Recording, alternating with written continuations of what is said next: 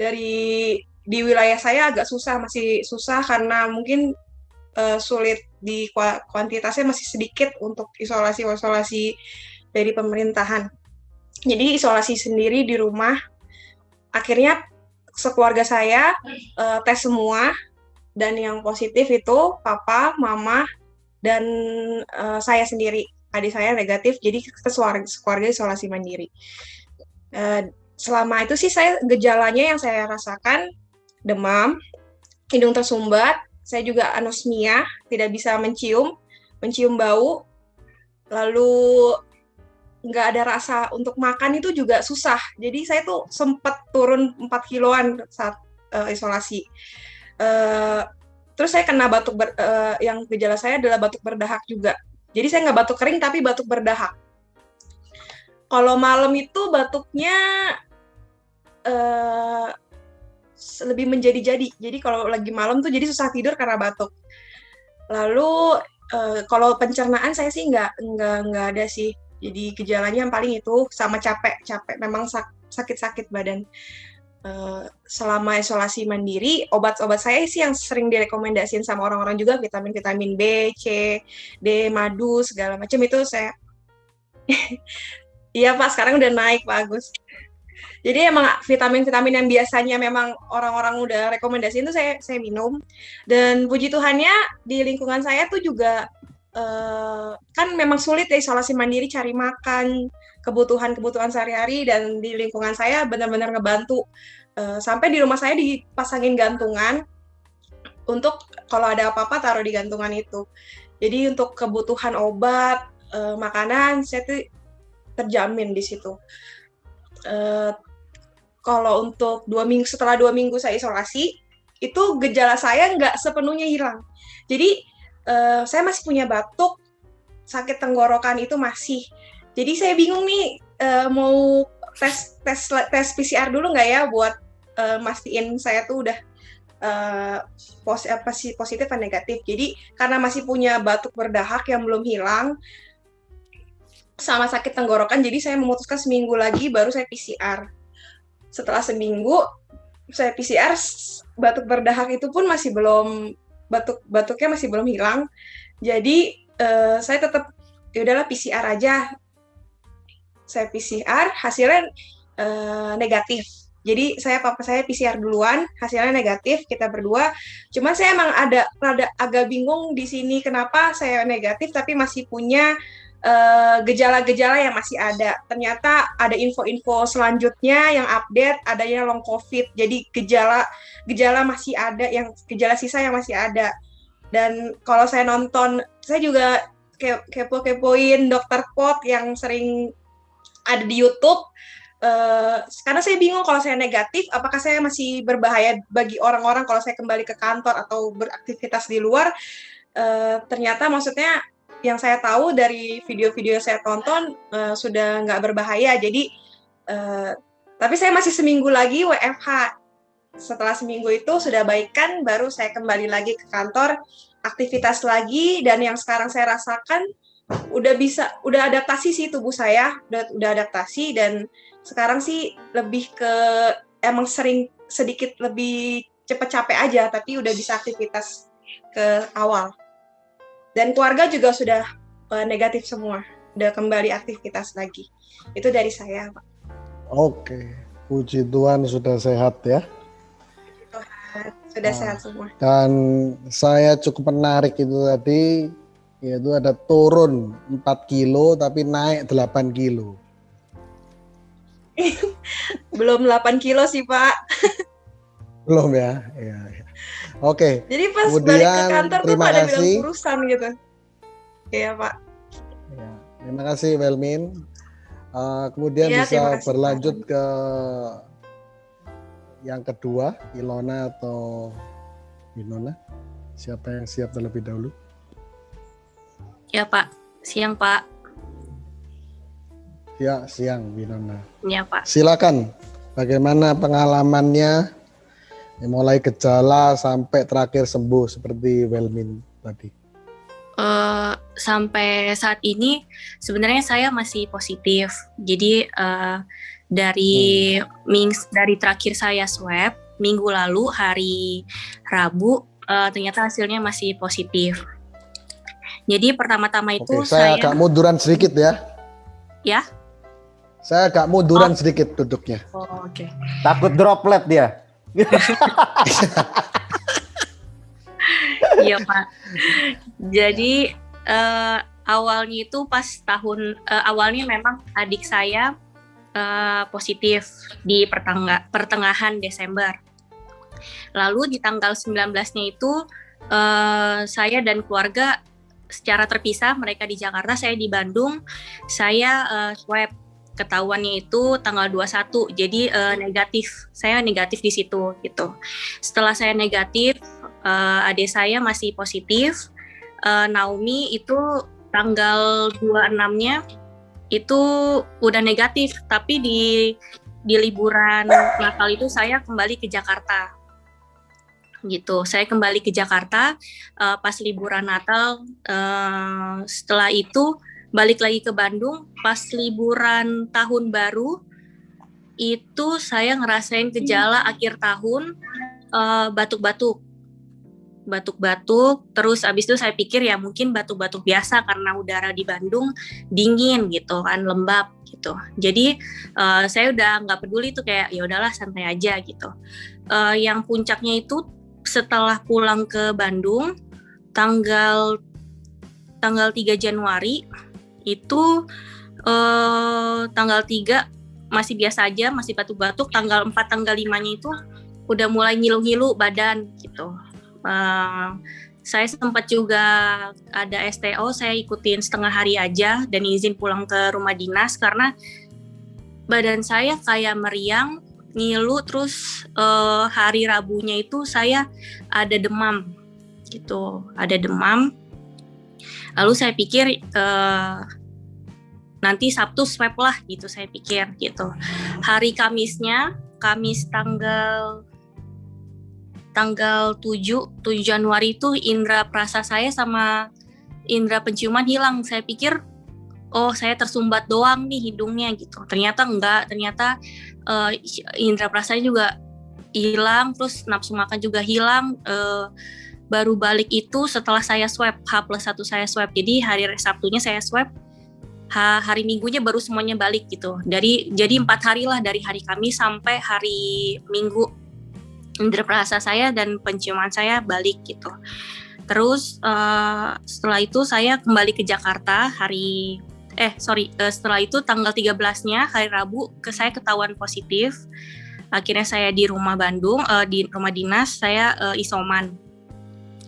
Nah di rumah Bandung itu saya isoman nampaknya susah ya, karena kamarnya itu nggak ada toilet Pak. Jadinya saya diminta tim untuk ya udah coba isoman dari Jakarta aja gitu. Soalnya kalau saya harus bolak-balik takutnya akan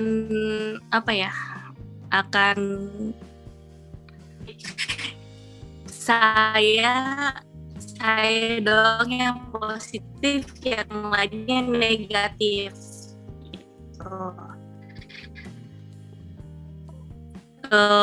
Ayu pun juga gitu, negatif. Ayu juga sempat batuk-batuk juga, tapi dia mungkin imunnya kuat, tapi dia hasilnya negatif 2 minggu gitu. Itu hasilnya ketahuan hari Kamis pagi. Ternyata mungkin karena sayanya juga shock gitu ya, kenapa kok belum sembuh-sembuh gitu. Karena adik saya cuma 10 hari. Setelah itu, karena itu hari Kamis pas sesak napas di malam hari, terus oksigen turun, saturasinya, jadinya pas hari Jumat pagi saya dibawa ke IGD gitu. IGD dirawat, takut ada gejala yang berikutnya gitu. Karena yang paling saya rasakan itu sering itu adalah batuk sama sesak, itu yang saya sering rasain di selama saya kena COVID gitu. Lalu setelah itu saya diinfus, benar-benar sakit banget itu, nggak tahu itu obatnya apa ya, perih banget. Mungkin nanti coba bisa lihat Uya juga kena kayak gitu. Dia obat infusnya perih banget. Saya benar-benar nggak kuat, terus bengkak tangan saya, jadi bolak-balik, tangan kiri bengkak, terus pindah ke tangan kanan, habis tangan kanan bengkak, tangan kiri lagi, habis itu akhirnya saya karena nggak kuat kayak gitu, dikurangin dosisnya gitu. Setelah itu saya ke swab di hari ke-6, setelah udah di RS, hasilnya pas keluar saya udah di rumah gitu, masih positif gitu. Jadi bingung juga ini kenapa masih positif terus. Jadi saya hitungannya masih termasuk orang yang long COVID gitu. Seminggu setelah saya keluar dari rumah sakit juga di swab lagi masih positif. Sampai dengan hasil yang minggu lalu hari Jumat itu saya masih positif. Jadi karena minggu lalu masih positif, saya diminta untuk 2 minggu aja, takutnya karena memang seminggu ini membuat saya drop dan stres gitu. Jadi kalau dari dokter itu kuncinya harus happy, makan yang banyak, yang bergizi, sama jangan terlalu stres lah gitu. Stres itu yang membuat imun kita turun, pikiran kita runyam, terus hati tuh ya nggak sejahtera gitu. Sampai dengan hari ini gejala yang saya rasakan itu batuknya ya udah berkurang lah gitu. Jadi ya paling yang bisa saya ceritakan adalah saya masih berjuang untuk negatif, dan minggu depan swab berikutnya gitu. Terima kasih. Semoga menjadi negatif ya. Amin. Senyum terus harusnya. Iya Pak. Ya. Oke, jadi dari 2 sharing yang disampaikan ya ada beberapa kesamaan ya. Ada batuk, tapi Winona mohon maaf lebih berat dibandingkan yang tadi karena sampai ke rumah sakit, diinfus segala. Rasa, bau juga hilang. Itu ada kesamaan. Nah, mungkin yang ketiga Ilona bisa sampaikan apa yang pengalamannya mulai kena sampai dengan saat ini, sampai sembuh. Silakan, Ilona.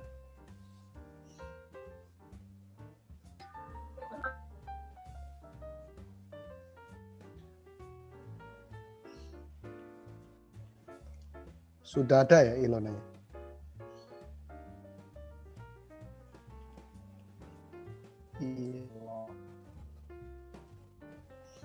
Gak hadir kelihatannya Ilona.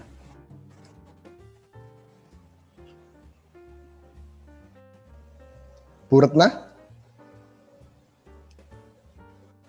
Udah, tadi pagi sudah saya remind. Oke.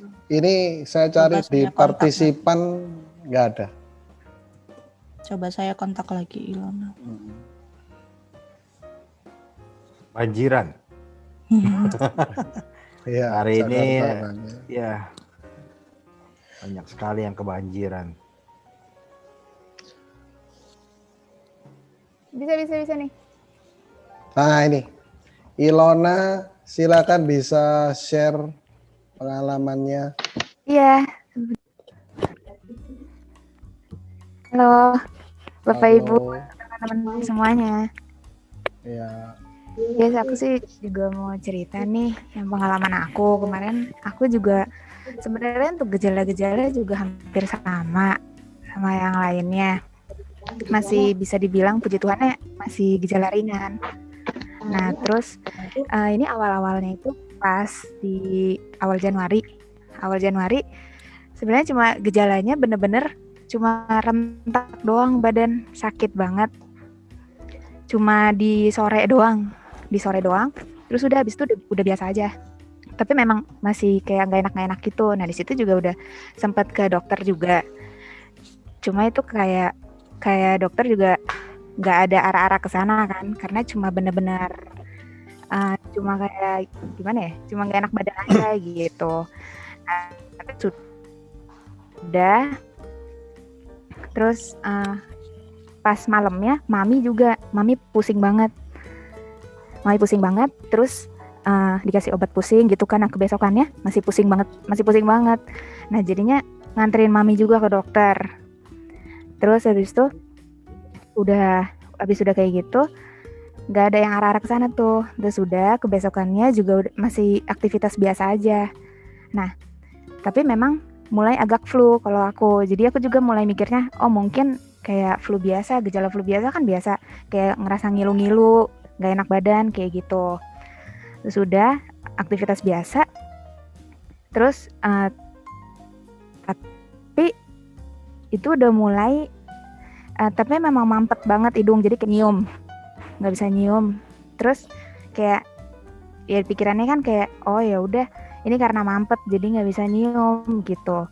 Nah terus pas rasa juga mulai nggak bisa, mulai hambar gitu. Terus ya udah kita langsung cek antigen dulu pertama. Kebesokannya kita cek antigen, kita daftar cek antigen, langsung keluar juga di hari itu.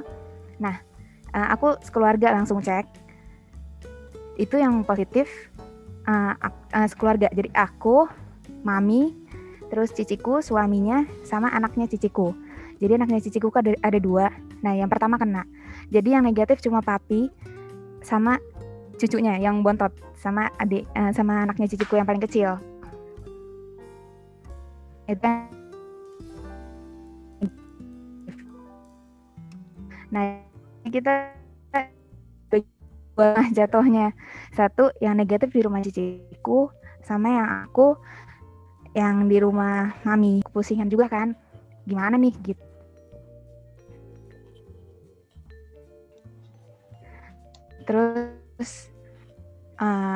Terus ya udah, abis itu kita tetap isoman. Kita jadinya isoman. Terus kita juga infoin. Aku juga info ke kantor juga sama teman-teman kantor juga gitu. Terus ya udah, abis itu sebenarnya kalau aku sih gejalanya lebih ke bergilir gitu ya. Jadi pertama aku kan flu.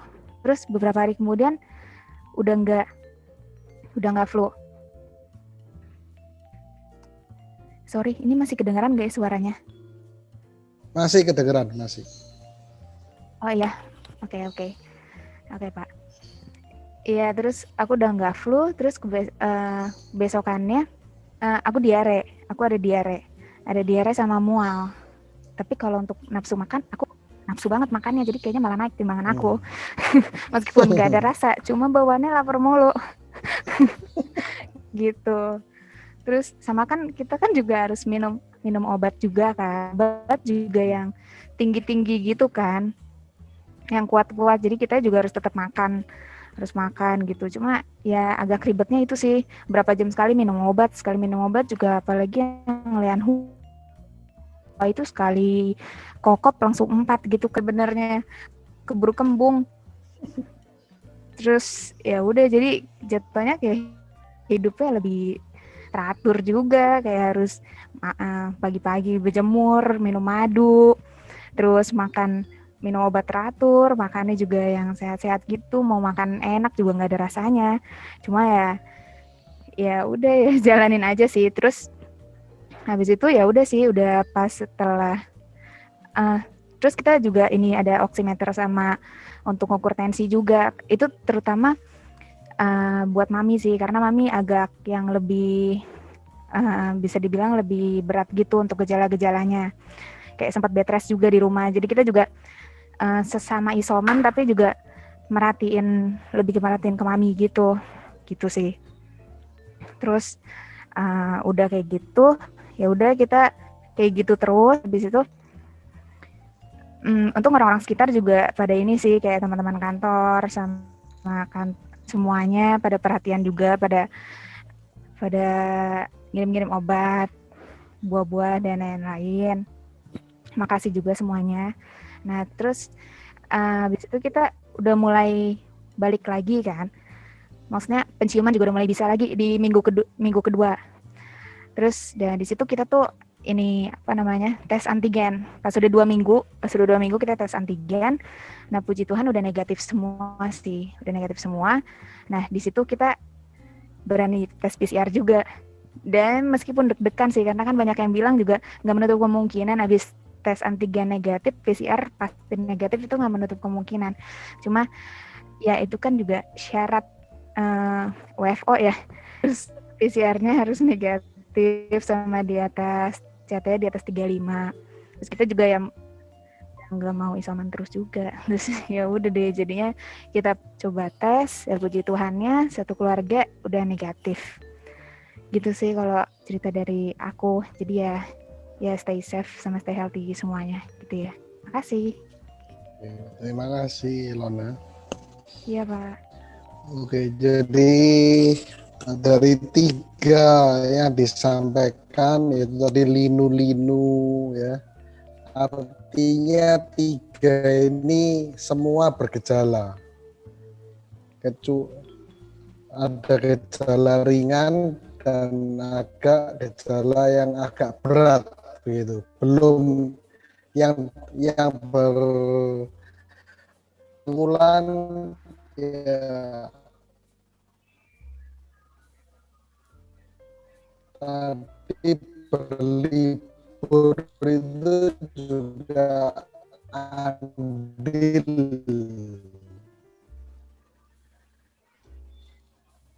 yang bisa dikatakan itu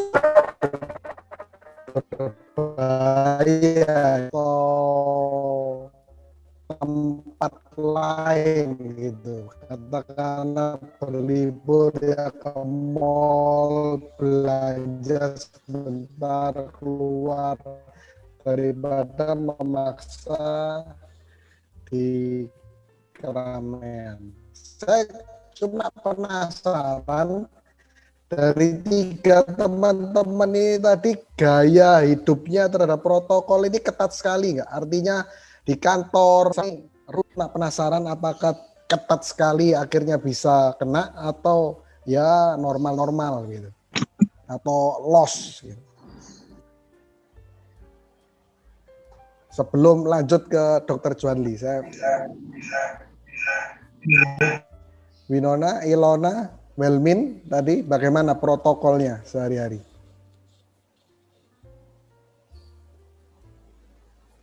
Kalau protokol ya saya ikutin yang memang disuruh, yang maksudnya kalau untuk hand sanitizer tetap bawa terus, masker.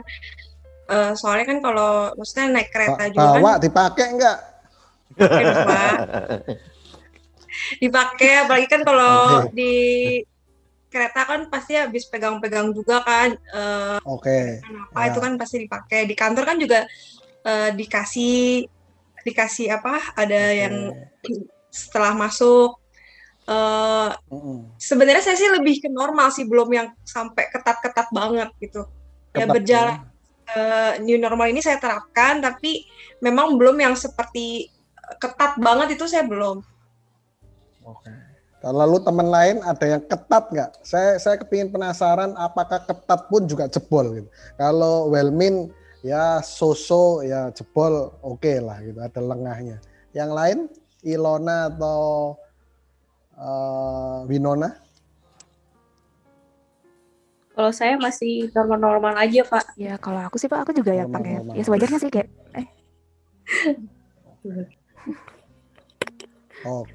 Oke, wajar-wajar ya, nggak ada. Ibarat kalau di kantor ini sudah jaga jarak, tapi masker dipakai full atau lepas bentar lah, gitu, lepas gitu. Ya kalau lagi makan Pak dilepas. Kalau pasti makan, tapi kalau enggak pakai terus. Pak. Oh, itu cukup bagus lah artinya, sudah cukup bagus. Oke, tanpa banyak lagi bertanya, saya akan lanjutkan. Jadi ini waktunya Dr. Juanli untuk menyampaikan dari segi medis, gimana COVID dan bagaimana mencegah dan sebagainya. Waktu dan tempat mungkin bisa saya serahkan ke Dr. Juanli. Silakan. Oke, sebentar ya.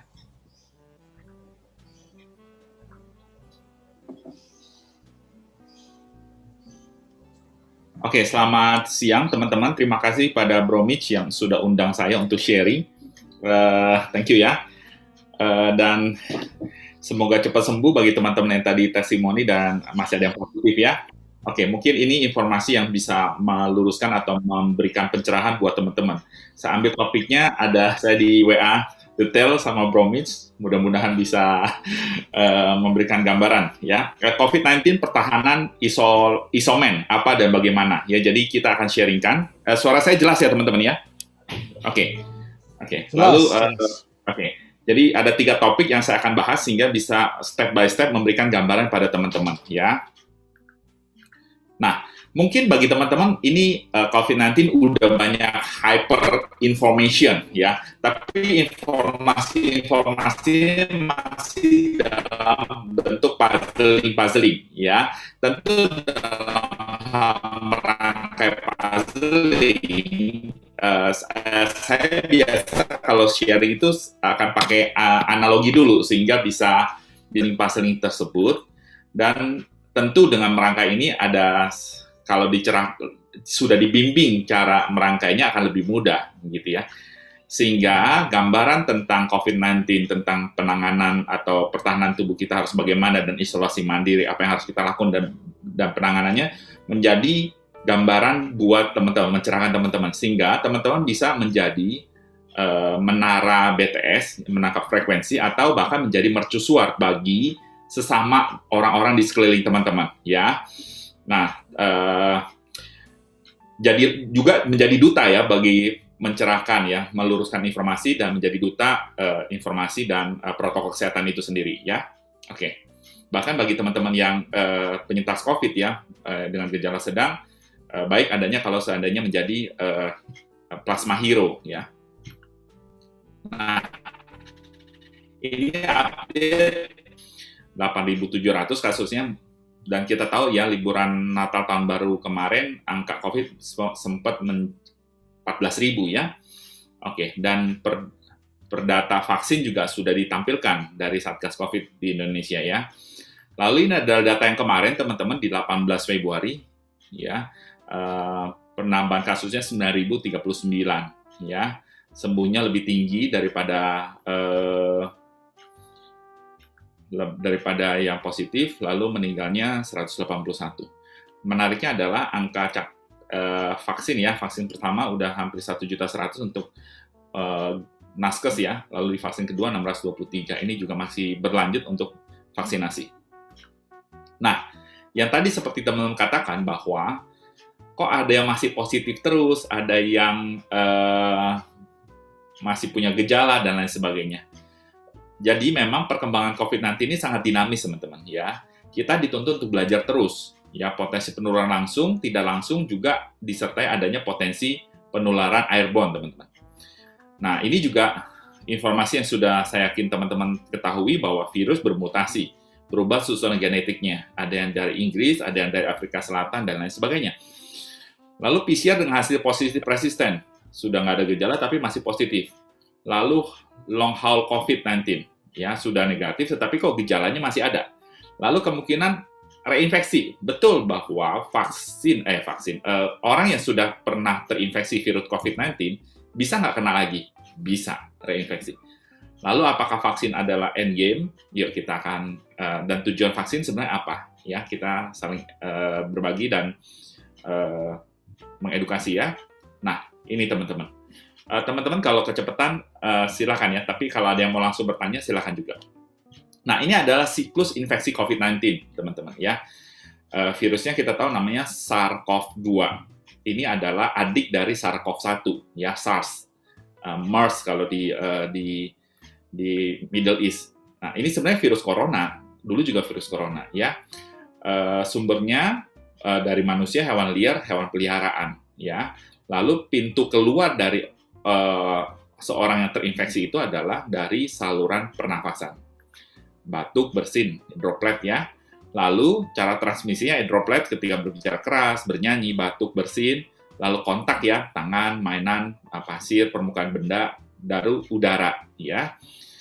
Lalu pintu masuk ke berikutnya, loncat ke manusia yang lain adalah masuk melalui saluran pernafasan, mulut atau mata. That's why kenapa sih kita harus cuci tangan? Karena dengan cuci tangan kan kebiasaan manusia itu kucuk-kucuk tangan yang kurang bersih, kucuk mata, hidung, itu bisa menyebabkan virus masuk juga. Nah, yang perlu diperhatikan juga ke penjamu lainnya, dalam arti kata orang yang dengan usia lanjut atau orang dengan kekebalan tubuh yang drop atau ada komorbid, ya. Dan perlu diingat tidak ada orang kebal akan COVID-19 ini, ya, baik kena ya semua kalangan bisa kena dan akhirnya nular lagi. Jadi ini virusnya sebenarnya muter-muter aja, dia mencari inang baru. Inang barunya adalah manusia. Nah, bagaimana sih transmisinya? Ya, jadi ini lihat ya teman-teman ya, batuk, ya, droplet ya, nah, droplet agak besar, ada droplet nuklei. Nah, yang menjadi potensi airborne adalah yang bisa berterbangan. Ya, teman-teman juga pasti sudah pernah tahu adanya VDJ, ventilasi, durasi, dan jarak. Ya, nah, meningkatnya penularan airborne itu dengan tentu adanya ventilasi yang tertutup. Lalu, tolong diperhatikan ya, ini menjadi penting. Toilet umum, teman-teman. Jadi kalau teman-teman ada di perkantoran, ya, kalau mau pakai toilet umum, tolong tutupnya itu ditutup dulu, baru flush dulu. Ya, karena pada saat orang bekas COVID, ya OTG atau asimptomatik, dia pakai toilet tersebut dan teman-teman pakai berikutnya, pada saat teman-teman flushing, ya, maka itu akan terbentuk aerosolisasi, ya, sehingga dropletnya bertaburan di ruang toilet itu. Ya, itu menjadi satu titik lemah juga yang teman harus perhatikan dalam hal penggunaan toilet umum, toilet bersama di perkantoran. Ya, jadi untuk pencegahannya saya langsung katakan tutup dulu sebelum pakai, lalu flush sekali, lalu teman buka, lalu baru pakai, seperti itu. Ya, oke. Karena kan penularan juga bisa melalui fekal ya, seperti itu. That's why sekarang dikembangkan juga swab dari anus, ya, selain dari swab nasofaring atau orofaring, ya. Nah, teman-teman lihat ya, durasi mengata penting, lalu ventilasi juga penting karena seseorang dengan potensi transmisi airborne bisa meningkat pada saat di ruang tertutup, paparan jangka panjang, dengan orang bernyanyi, olahraga bersama, dengan ventilasi tidak ada kuat, ya, di mana ventilasi ber-AC. That's why sekarang kan kita juga menghindari ruangan-ruangan yang ber-AC sebenarnya, ya. Kalau berbicara, kita akan meningkatkan resiko transmisi 10 kali lipat, berteriak 50 kali lipat. Kalau bernyanyi atau berteriak lebih tinggi lagi, maka dosis infeksius 1.500 kali lipat, teman-teman, ya. Nah, droplet yang besar jaraknya 1,5 sampai 2 meter. Tapi kalau droplet nuklei, ya, itu punya potensi menjadi airborne, teman-teman. Apalagi di tempat-tempat yang memang ruang tertutup. Nah, yang tadi saya katakan penting dipahami ventilasi, durasi, dan jarak. Kalau tiganya ketemu, ya, meningkatkan resiko peningkatan penularan COVID-19 tersebut. Nah, lalu bagaimana dengan ruang-ruangan yang AC-nya sentral, ya? Yang bisa dikontrol apa? Ventilasi, berarti buka ventilasinya, ya. Lalu apa? UV lamp perlu dipikirkan untuk resirkulasi pada saat udara yang terkonsentrasi ini, sehingga pada saat dia masuk lagi dalam ruangan tersebut, virusnya sudah dimatikan dengan UV lamp tersebut, ya. Oke. Nah, pernah tahu kan bahwa di Korea ada satu gedung atau itu di lantai berapapun kena, karena ventilasinya menjadi satu sirkulasi satu gedung itu juga menjadi perhatian, ya. Nah, ini masa inkubasinya rata-rata 5-6 hari, bisa sampai dengan 14 hari. Pada saat masa inkubasi, ya, orang terinfeksi dan ini belum menimbulkan gejala, ya, tetapi sudah bisa menularkan, ya. Nah, itulah yang paling ditakutkan sebenarnya, ya, orang tanpa gejala. Selama masa pandemi ini kita berasumsi bahwa semua orang itu adalah OTG atau orang tanpa gejala, sehingga kita selalu sadar bahwa kita perlu meningkatkan protokol kesehatan, ya. Nah, definisi akhir dari periode infeksius paling tidak 10 hari sejak gejala awal, teman-teman. Sejak awal gejala. Dan gejala membaik, dan tidak ada demam dalam 3 hari terakhir. Nah, ini menjadi penting untuk orang-orang yang bekerja di kantoran. Sebenarnya perlu nggak sih di swab ulang? Secara protokol WHO Kemenkes, untuk gejala ringan dan tanpa gejala, swab PCR ulang atau antigen itu tidak diperlukan. Yang diperlukan adalah pada saat gejala sedang atau gejala berat yang sudah sembuh, itu perlu dilakukan swab ulang. Ya, nanti tentu ini menjadi pro kontra. Loh kok dok, jadi kalau di kantoran kan takutnya masih menularkan dan lain sebagainya. Protokol WHO seperti itu, tetapi kalau teman-teman mau lebih aman, ya banyak yang melakukan untuk swab ulang tersebut. Ya, oke. Lalu pada saat setelah masa inkubasi, maka muncul gejala. Berarti kalau teman-teman tadi testimoni sudah mulai gejala di sini, sebenarnya fase infeksiusnya sudah terjadi sebelum gejala muncul. Ya, ada yang badan pegel-pegel, hilang penciuman, rasa pengecapan berkurang, sakit kepala, ya batuk, pilek, dan lain sebagainya. Itu mundur. That's why kan ada 3T ya, betul ya. Tracing, treatment, dan lain sebagainya. Nah, itu menjadi titik penting. Nanti saya akan bahaskan 3T tersebut. Oke. Nah, ini dia. Jadi, ini adalah penggolongan dari gejala COVID-19. Ya, kalau dalam slide ini ada 4. Saya tambahkan satu lagi yang kritis, ya. Seperti itu. Jadi, tanpa gejala, gejala ringan, gejala sedang, gejala berat. Untuk orang-orang yang bisa isolasi mandiri, ya, topik hari ini kan COVID-19, pertahanan, dan isolasi mandiri, ya, maka yang bisa adalah untuk yang tanpa gejala atau gejala ringan. Bagi yang gejala sedang, ke atas, gejala berat kritis tentu, ini adalah indikasi untuk rawat inap rumah sakit.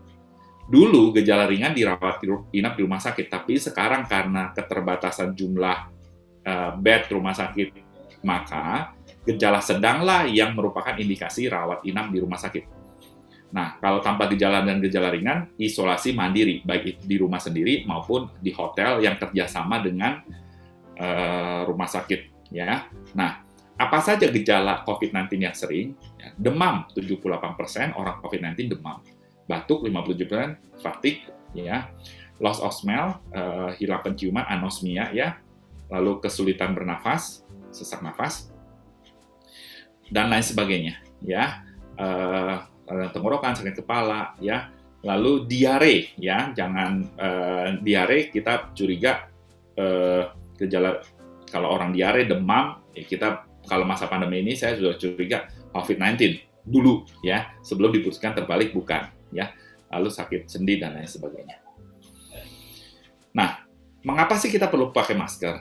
Sebenarnya di awal-awal pandemi kan ada orang pro kontra, dan juga kita paham bahwa masker medis saat itu melambung tinggi, ya, dan terutama N95, ya, karena ya hukum ekonomi, ya, tetapi juga ada makelar dan lain sebagainya, mafia, ya, itu masa lalu, tapi sekarang harganya sudah normal. Nah, ini dia teman-teman, ya, orang sakit orang sehat. Orang sakit ketemu orang sehat tanpa masker, 100% penularan, teman-teman.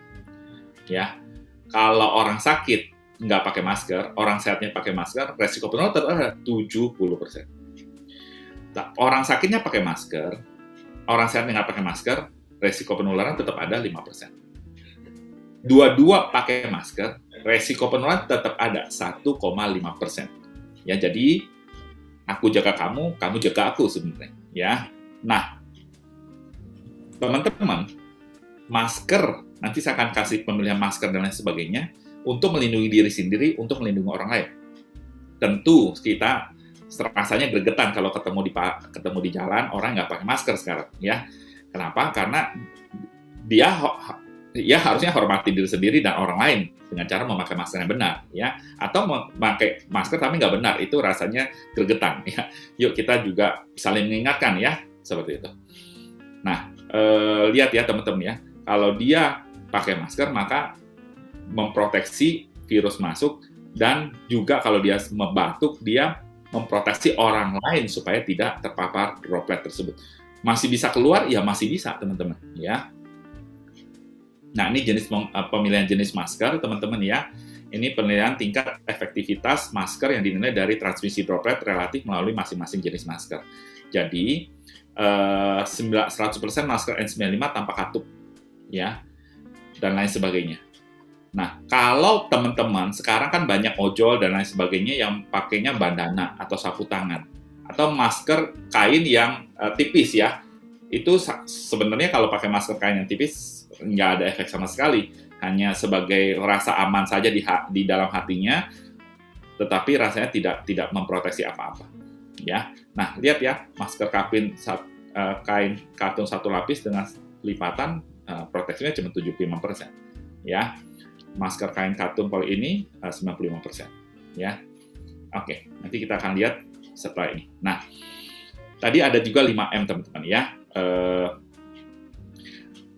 Kita perlu menghindari ya, karena ini COVID-19 adalah penyakit komunal. Jadi sebenarnya transmisinya dari orang ke orang. Ya, kitalah yang membawa virus tersebut ya. Maka selalu ingat bahwa pemerintah selalu hindari kerumunan, tidak boleh kumpul-kumpul, hindari mobilitas yang tidak penting ya, karena memang pada pandemi ini itulah salah satu cara strategi untuk memutus penularan seperti itu, ya. Oke. Nah, masker kain bagi yang sehat tentu masker kain yang 3 lapis ya dari bahan katun, teman-teman. Ya, masker bedah untuk yang bergejala atau yang sakit. Ya, masker N95 dikhususkan bagi tenaga kesehatan. Tetapi kalau saya boleh sarankan, kalau teman di kantor dan lain sebagainya tidak menggunakan masker kain, ya lebih efektif pakai masker bedah, ya karena sekarang masker bedah juga sudah relatif normal, harganya sudah normal teman-teman, ya seperti itu. Nah, juga perlu diperhatikan pemakaian masker dengan benar. Pemakaian masker yang tidak efektif bila salah pemakaian, bahkan dapat meningkatkan resiko penularan teman-teman, ya. Ya, contohnya apa yang salah? Tidak cuci tangan sebelum pakai masker, hanya menutup bagian mulut. Atau diturunkan ke dagu. Buat apa sebenarnya kalau pakai masker hanya ditutup ini? Ini sangat tidak efektif ya. Jangan menempel masker, jangan menyentuh bagian depan masker. Atau terlalu lama memakai masker juga tidak efektif, teman-teman. Ganti masker bila sudah basah, kotor, bahkan tiap 4 jam, teman-teman. Ya, seperti itu. Nah, ini cara memakai masker, cuci tangan dulu sebelumnya dengan sabun, dengan air mengalir, dengan 6 teknik cuci tangan yang benar. Atau kalau memang urgent, gunakan sabun bahan antiseptiknya dari bahan alkohol. Lalu tempatkan hati-hati untuk tutupi hidung dan mulut. Kaitkan kuat di telinga. Lalu lipat ini teman-teman, ada nose-nya, nose pad-nya, tanda kutip untuk ada kawatnya, diikuti lekuknya sesuai dengan lekuk hidung dan dagu ya, seperti itu.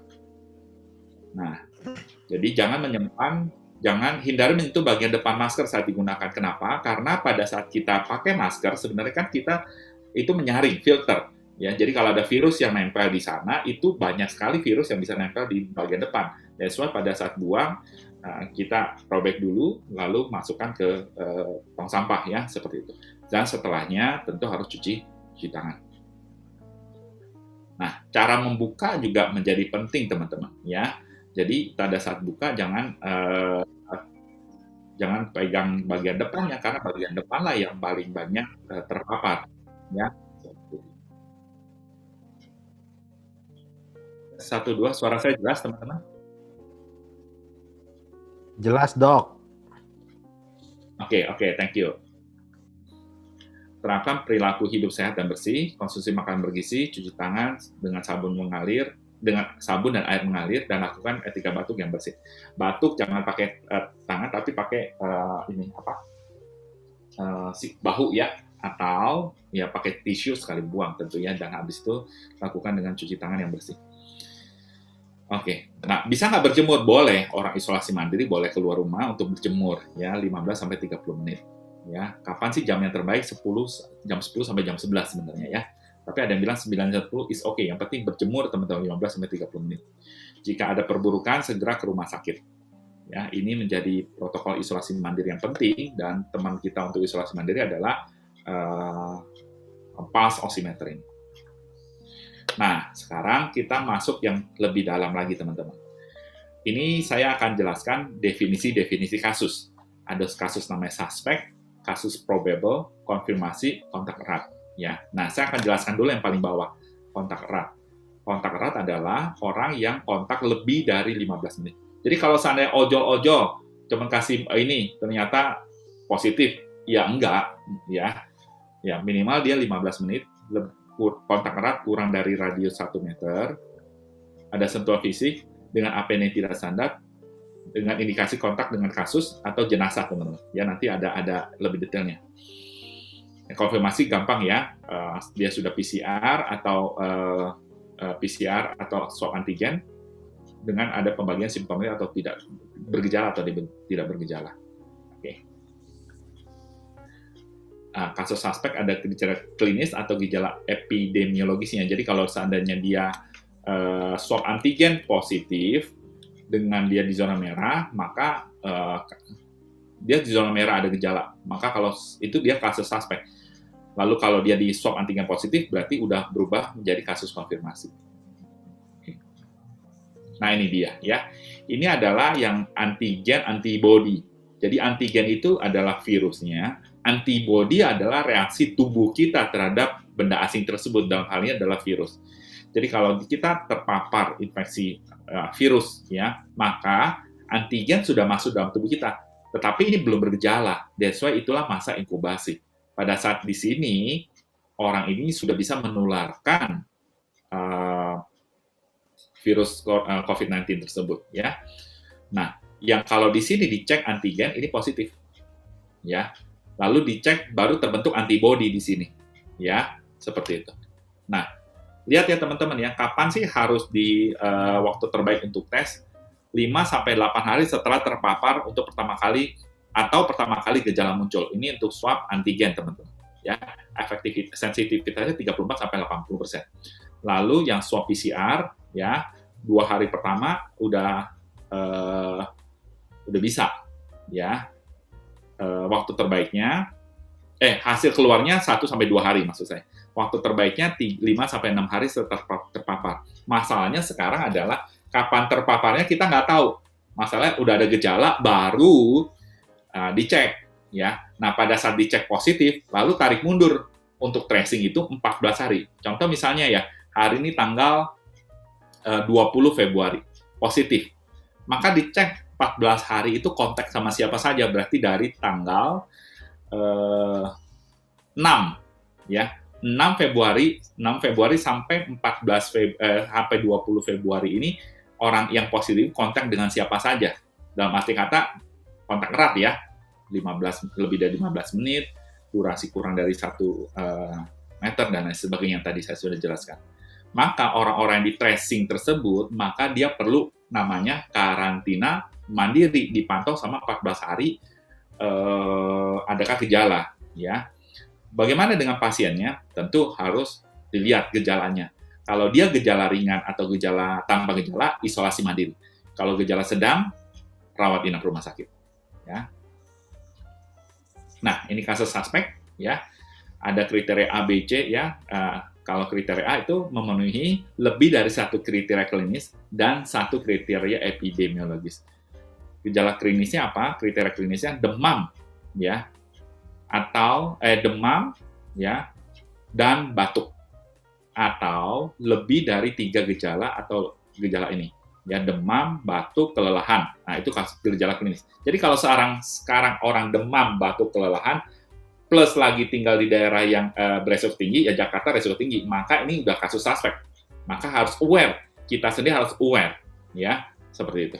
Atau pernah tinggal berpergian ke negara yang transmisi lokal, atau sebagai seorang bekerja di fasilitas pelayanan kesehatan, ya. Jadi kalau seandainya saya sebagai seorang dokter, seorang klinisi, demam, batuk, kelelahan, muntah, dan lain sebagainya, ya ini adalah kasus suspek. Lebih baik curiga COVID-19 dulu, ternyata dibuktikan lain, berarti lebih aman. Kasus suspek B adalah yang kalau seandainya sekarang ya ISPA berat, batuk pilek berat, ya udah dibilang kasus suspek. Lalu kriteria C adalah yang ini dia nih ya, dia tidak ada gejala, tetapi SARS-CoV-nya positif, ya, tidak memenuhi kriteria epidemiologis. Nah, ini suspek. That's why ini harus dilanjutkan dengan swab PCR, ya.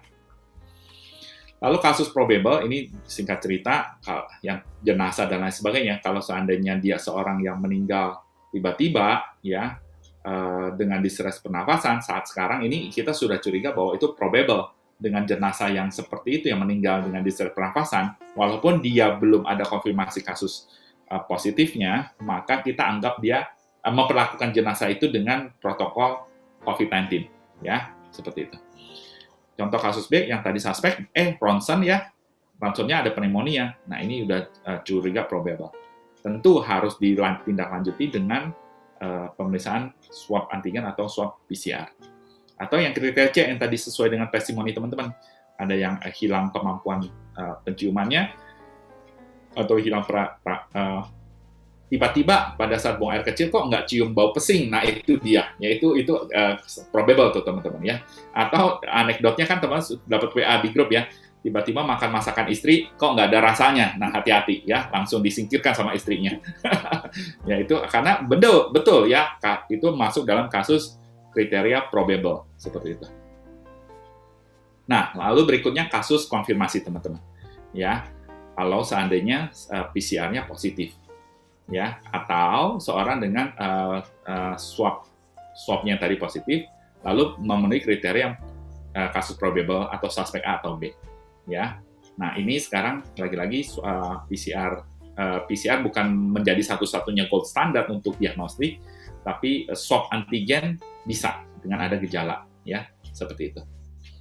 Nah, atau lihat ini ya, nggak ada gejala, lalu hasil yang antigennya positif, lalu memiliki kontak erat. Nah, itu udah dimasukkan dalam kasus konfirmasi seperti itu. Ya. Dibandingkan dengan swab PCR dengan swab antigen, kan swab antigen lebih murah. Sekarang klinik-klinik dulu 250.000, tapi sekarang 150.000.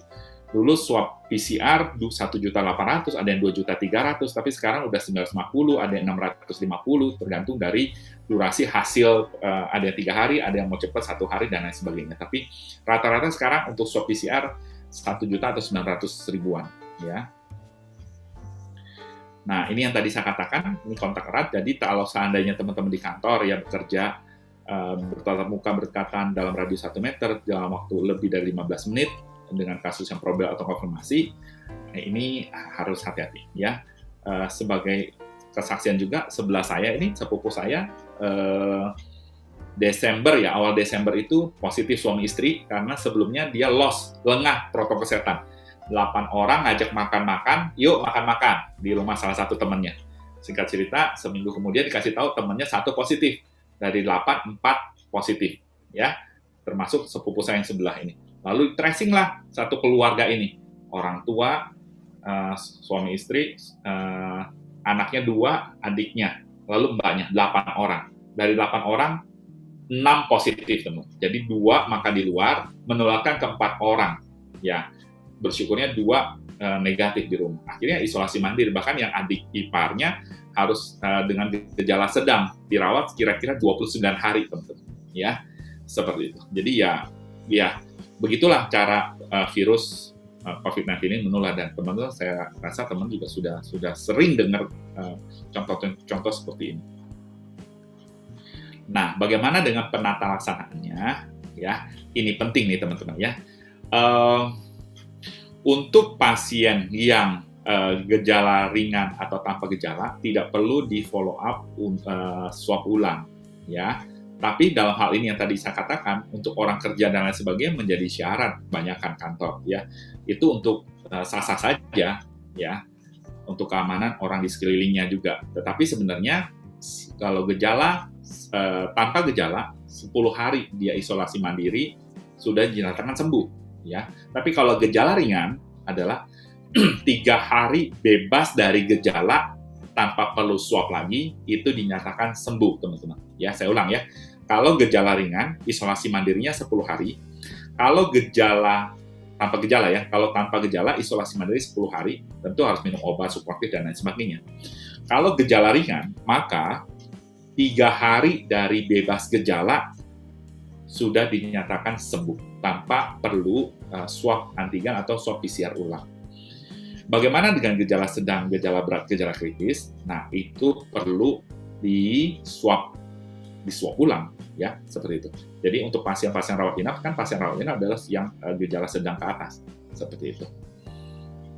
Oke ya. Nah, ini dia ya, dilakukan ini gejala berat ini dan lain sebagainya. Nah, ini dia ya. Sekarang WHO sudah menetapkan bahwa swab antigen menjadi modalitas untuk diagnosis. Memiliki sensitivitas lebih dari 80%, spesifik untuk virus corona SARS-CoV-2 ini lebih dari 97%. Ya, oke. Digunakan kalau seandainya swab PCR tidak ada. Ya, dan ini kan sangat cepat untuk diagnosa. Ya, seperti itu. Tentu teman-teman juga dapat artikel apa beli sendiri untuk swab. Tentu untuk nyolok hidung sendiri, bagaimana nyoloknya itu ada latihan khusus, ya, tidak bisa asal nyolok. Harus sampai diputer-puter sampai keluar air mata, seperti itu ya, baru di ini. Dan cara bacanya juga harus menit ke-15, seperti itu. Nah, ini terapinya teman-teman, ini lebih spesifik yang tadi kontak erat bagaimana harus karantina dan karantina mandiri ya. Oke. Nah, ini kasus, saya yang jelaskan kasus konfirmasi. Tanpa gejala dan gejala ringan, lihat ya, kata kuncinya adalah isolasi mandiri rumah. Ya, kalau gejala sedang, gejala berat, rujuk ke rumah sakit. Ya, seperti itu. Lihat ya, tanpa perlu follow up, follow up. Bahkan yang gejala ringan, sedang sebenarnya tanpa perlu follow up, tapi nggak ini, ya, nggak aman.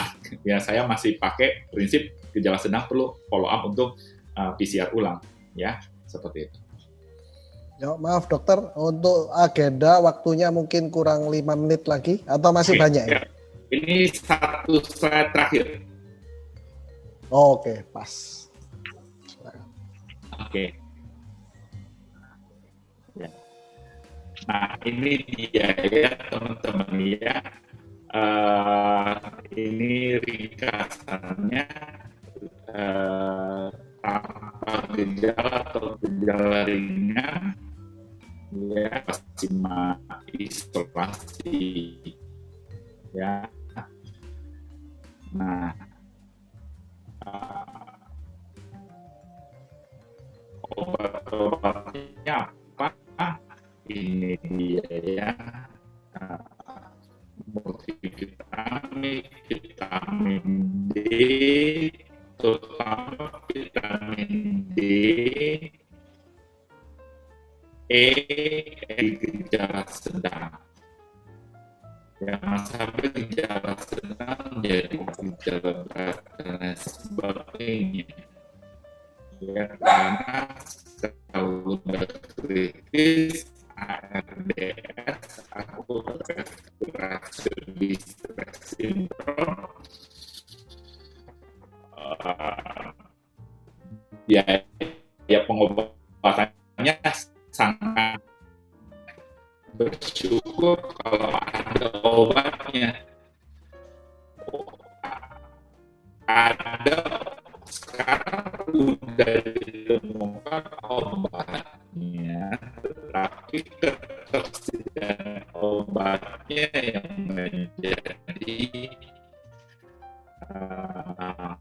challenging. Ya, kan waktu dengan keluarga lebih banyak, online shopping juga berkembang dan lain sebagainya ya. Kita seperti kali ini video conference, kerja di rumah, kesadaran orang akan kesehatan meningkat. Ya, ini kesimpulan dari saya, taati protokol kesehatan 5M, 3T, ventilasi, durasi, jarak teman-teman ya. Ini ringkasannya, teman-teman bisa baca saja yang sudah saya cuci tangan, etika batuk, hindari menyentuh wajah, menghindari kerumunan, ya, jaga jarak dan lain sebagainya, ya. Nah, ini adalah gerakan yang saya sedang lakukan, teman-teman. Sebelumnya ada gerakan APD, saya sudah gerakan ini kirimkan 300 titik APD untuk membantu teman-teman sejawat dari Aceh sampai ke Nabire, ya, dari Jailolo sampai ke Larantuka, ya. Nah, sekarang gerakan kedua dari DRC Academic Care ini adalah gerakan tabung oksigen untuk kemanusiaan. Total sekarang tabung plus kemarin dapat dari Bromwich 22 tabung. Ya, seperti itu. Nah, ini thank you Bromwich dan teman-teman ya yang sudah memberikan sumbangan pada gerakan ini. Ini referensi yang saya ambil. Saya sudah divaksin, teman-teman. Yuk sukseskan vaksin bersama. Ya, stay healthy, stay safe, teman-teman. Tuhan berkati. Saya kembalikan pada moderator. Oh ya, ini satu slide terakhir. Virus ada I dan U. Ya, I and you can break the chain. Sekian dari saya. Terima kasih. Thank you. Terima kasih, Saya buka Dr. John. Ya. Oke, sebelum saya lanjutkan dengan sesi tanya jawab ya, ini saya akan dihadapkan pada teman-teman yang rata-rata adalah profesinya auditor ya. Oh, oke. Jadi saya mau kasih terms di bidang auditor. Pertama, dari kesimpulannya, kita ini harus skeptis. Skeptis itu adalah memandang itu ibaratnya jelek dulu. Kalau dalam hal ini virus ya memandang semua bisa membawa virus OTG. Ya, tidak peduli teman kantor yang sangat dekat. Tidak peduli keluarga, sepupu, ya kan, yang di luar, beda dari rumah. Tidak memandang, oh ini kenal, apapun lah ke klien baru. Protokolnya ketat di klien ini. Tetap kita harus memandang ini bahwa mereka masih ada potensi. Itu satu. Jadi itu sikap kita harus skeptis ya. Kemudian kecuali di keluarga di rumah. Nggak mungkin saya sama istri di kamar pakai masker gitu. Itu nggak mungkin. Bisa tidur di luar itu bisa nanti. Ya, jadi kalau dengan keluarga di rumah yang belum terkonfirmasi ya kita bebas. Itu menurut saya begitu. Kemudian kalau saya lagi mau sharing ya. Dulu kalau kentut di kamar itu rame. Kamu corok kentut gitu. Tapi sekarang kalau saya kentut rame, saya bersyukur, puji Tuhan. Kita berdua berarti sehat, masih sama-sama bau. Oke, kita lanjut. Silakan ke penanya, bisa di chat room atau bisa langsung di raise hand atau bisa langsung ngobrol. Bukan, itu soal kentut tadi istilah akuntansinya apa Pak Roni? Nah, kalau tadi kan skeptism ada. Nah kalau Ya. kentut ini apa bahasa akuntansinya ini? bahasa akuntansinya ya. Itu ada saya pikir sampai bertanya. Nah, itu lagi. Intangible. Jadi nggak kelihatan, tapi berbau. Oke, silakan teman-teman, Bapak Ibu untuk bertanya. Ini mumpung ada ahlinya ya. Jadi kita bertanya. Silakan.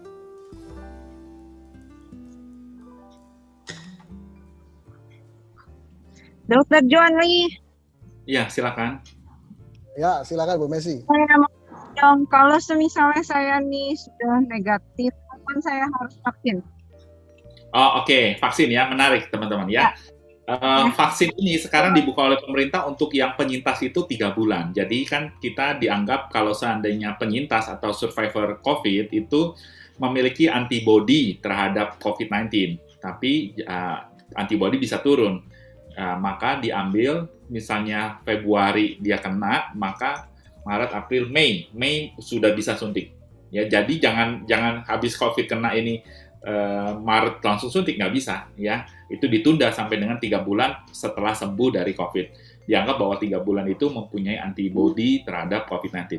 Tetapi lagi-lagi bagi penyintas tetap setelah itu tetap protokol kesehatan ya, karena bisa aja terjadi reinfeksi begitu. Ya, teman saya kemarin di Januari kena, sudah sembuh, swab dia 2 kali negatif, lalu di Februari ini kena lagi. Wah, itu bisa terjadi teman-teman ya. Seperti itu.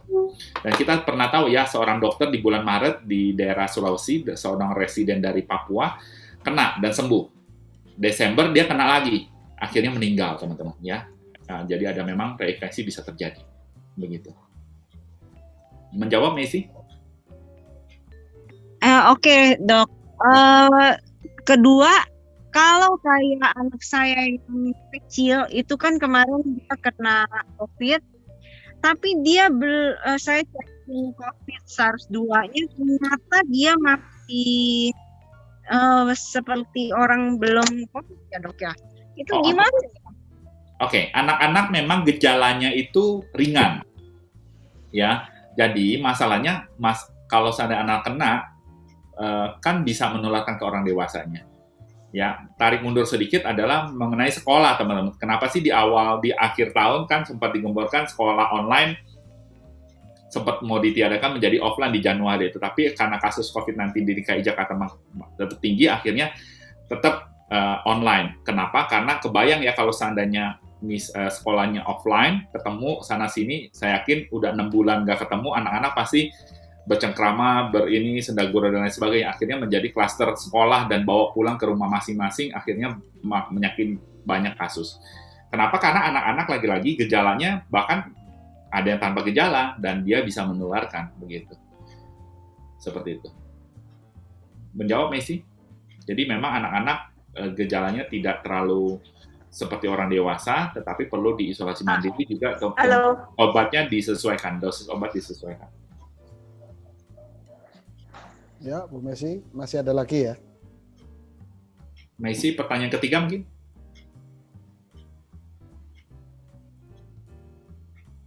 Kalau nggak ada, ini ada Pak Agus. Ya, di chat ya. Tolong dijelaskan donor plasma dari penyintas prosedurnya bagaimana dan kemana? Oke, jadi bagi orang penyintas itu akan di screening dulu. Siapa yang pernah donor darah? Ya, mirip-mirip seperti donor darah. Darah teman-teman akan di screening hepatitis B, hepatitis C, HIV. Setelah lolos screening itu, baru datang kedua kali untuk ambil darahnya. Dan ambil darahnya bisa 14 hari karena pakai mesin aferesis namanya. Yang diambil hanya plasmanya saja. Sehingga tiap 14 hari teman-teman bisa melakukan pendonoran plasma konvalesen. Namanya plasma konvalesen. Kan darah kita itu namanya whole blood. Ada trombosit, ada plasma, ada whole blood semua. Yang kita, kalau whole blood semua itu donornya seperti itu. Dan itu bisa dibekukan, plasma kita bisa dibekukan, dan itu bisa disimpan sampai 2 tahun plasma yang kita ini ya. Tetapi setelah kita penyintas tersebut kasih donor plasmanya, apakah titernya naik atau tidak? Kalau titer nggak naik, maka Anda bukan kandidat untuk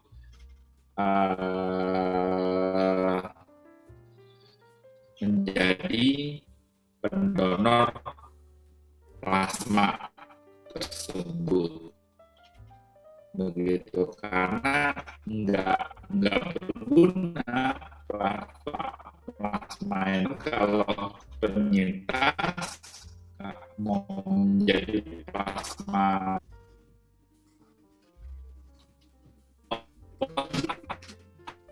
hasil sudah negatif minimal 2 minggu ya. Lalu akan ada informed consent dan lain sebagainya. Menjawab? Oke, terima kasih. Saya lanjutkan pertanyaan dari Dimas ya. Ada berapa varian COVID yang ada di Indonesia? Jenis vaksinnya apakah untuk varian tertentu? Ya, untuk varian COVID akan sangat banyak karena sebenarnya mutasi virus COVID-19 ini sebulan sekali mutasi, teman-teman. Tapi informasi ini kadang juga sangat, waduh, Ini gimana ini, kapan selesainya? Nah, ini menjadi satu informasi yang tidak enak didengar, tapi itulah yang terjadi. Namanya virus itu juga makhluk hidup, ya. Dia pasti akan mencari inang baru untuk bermutasi, atau dia sudah dihantam sana-sini, dia akan bermutasi. Ya, asam aminonya, rantainya lepas satu, dan lain sebagainya. Nah, Sinovac, yang vaksin yang sekarang itu untuk satu varian. Masalahnya adalah kalau mutasi bagaimana? Ya, mau nggak mau teman-teman, ya vaksin yang ada sekarang, ya terima dulu. Masalahnya, efektivitas dan kalau ada mutasi bagaimana kemungkinan sih tidak efektif untuk virus yang lain, untuk turunan mutasi yang lain tersebut. Nah, itu challenging di seluruh dunia, makanya kan banyak negara-negara yang tidak mau menerima, dari London dulu, dari Afrika Selatan dulu, bahkan yang dari Jepang juga ada mutasinya, dari Thailand juga ada mutasinya. Masalahnya di Indonesia udah terjadi belum? Sudah terjadi, tetapi masalahnya terekspos atau tidak, itu yang menjadi satu tantangan kita bersama. Sesuai protokol kesehatan dan lain sebagainya itu tetap kudu mesti wajib selama masa pandemi ini. Menjawab mungkin? Oke. Dilanjutkan pertanyaan berikutnya dari Pak Michael. Dokter, 1. Biaya rumah sakitnya apakah benar biaya rumah sakit rujukan atau biaya hotel rujukan ditanggung pemerintah? Kemudian bagaimana dengan BPJS? Oke, saya jawab dulu yang pertama, Pak Roni. COVID? Oke, jadi gini, biaya rumah sakit itu ditanggung oleh Kemenkes, jadi bukan ditanggung oleh BPJS.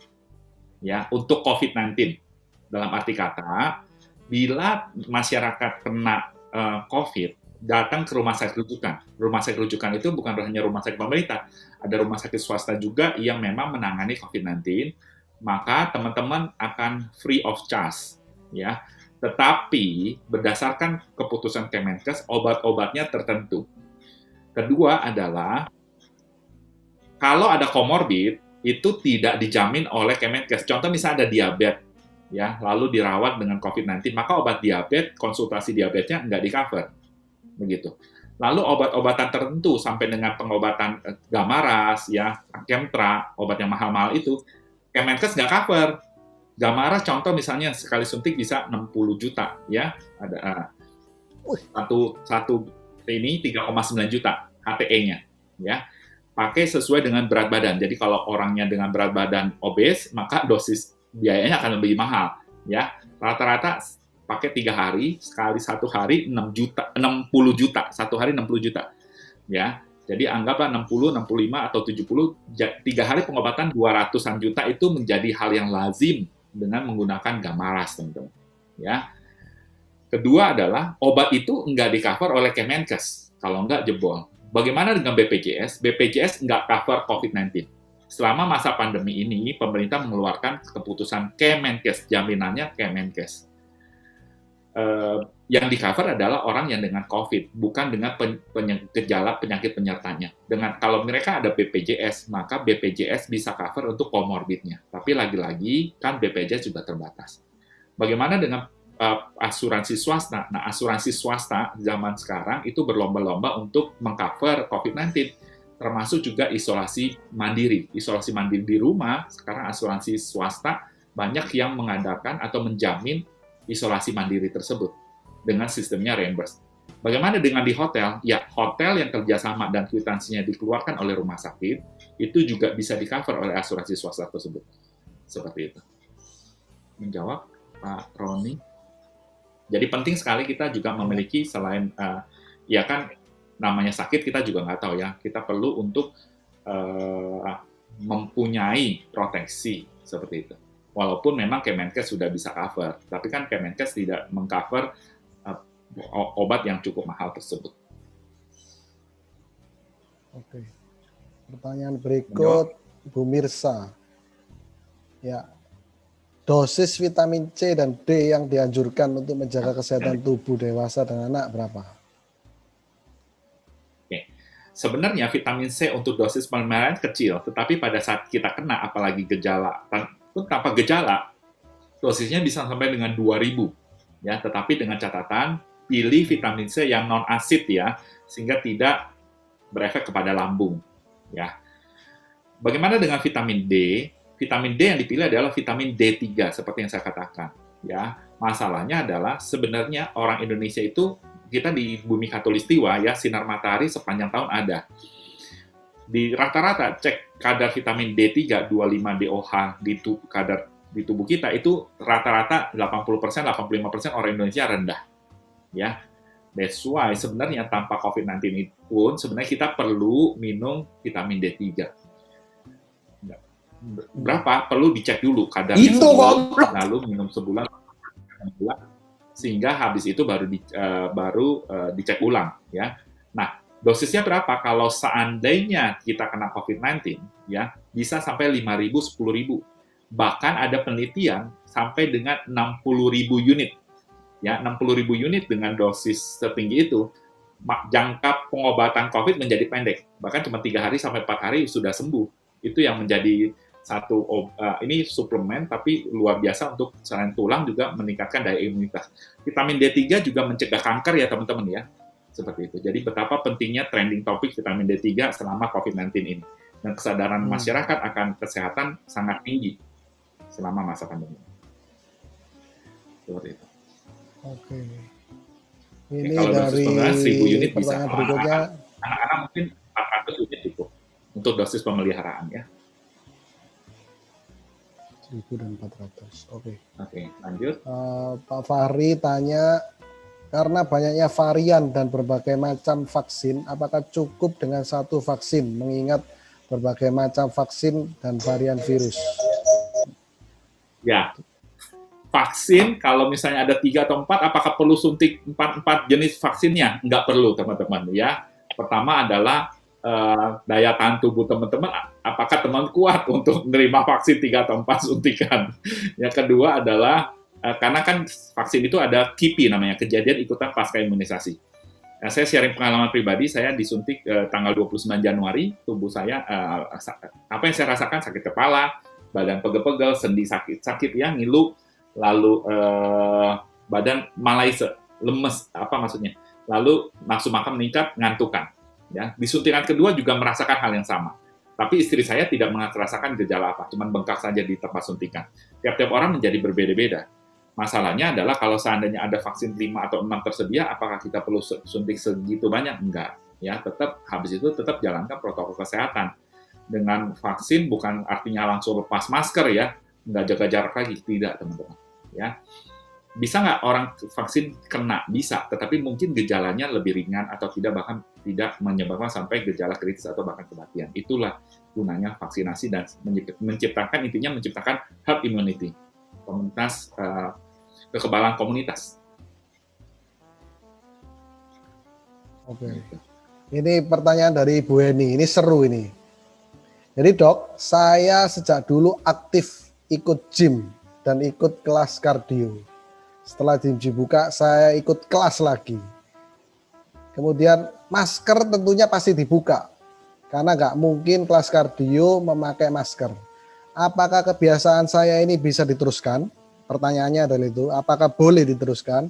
Kemudian so far saya sih sudah ikut sejak gym dibuka tahun lalu. Karena ada yang bilang gym meningkatkan imun. Nah ini bagaimana dok? Ya, setuju bahwa gym olahraga meningkatkan imunitas, tetapi jangan lupa bahwa gym itu mungkin di tempat tertutup atau stainless yang dia angkat-angkat dan lain sebagainya itu Pegang. virus bisa bertahan cukup lama di stainless ya teman-teman ya. Di awal-awal COVID-19 ada di Indonesia, kita tahu ya ada seorang personal trainer meninggal karena COVID-19 kan di klasternya klaster gym begitu. Baik adanya kalau seandainya ada seperti itu ditunda dulu. Bisa dialihkan dengan yang kelas lain lah istilah kata. Lagi-lagi kita mau sehat, tetapi kalau kita sudah meninggal, apakah kita bisa sehat? Kan tidak.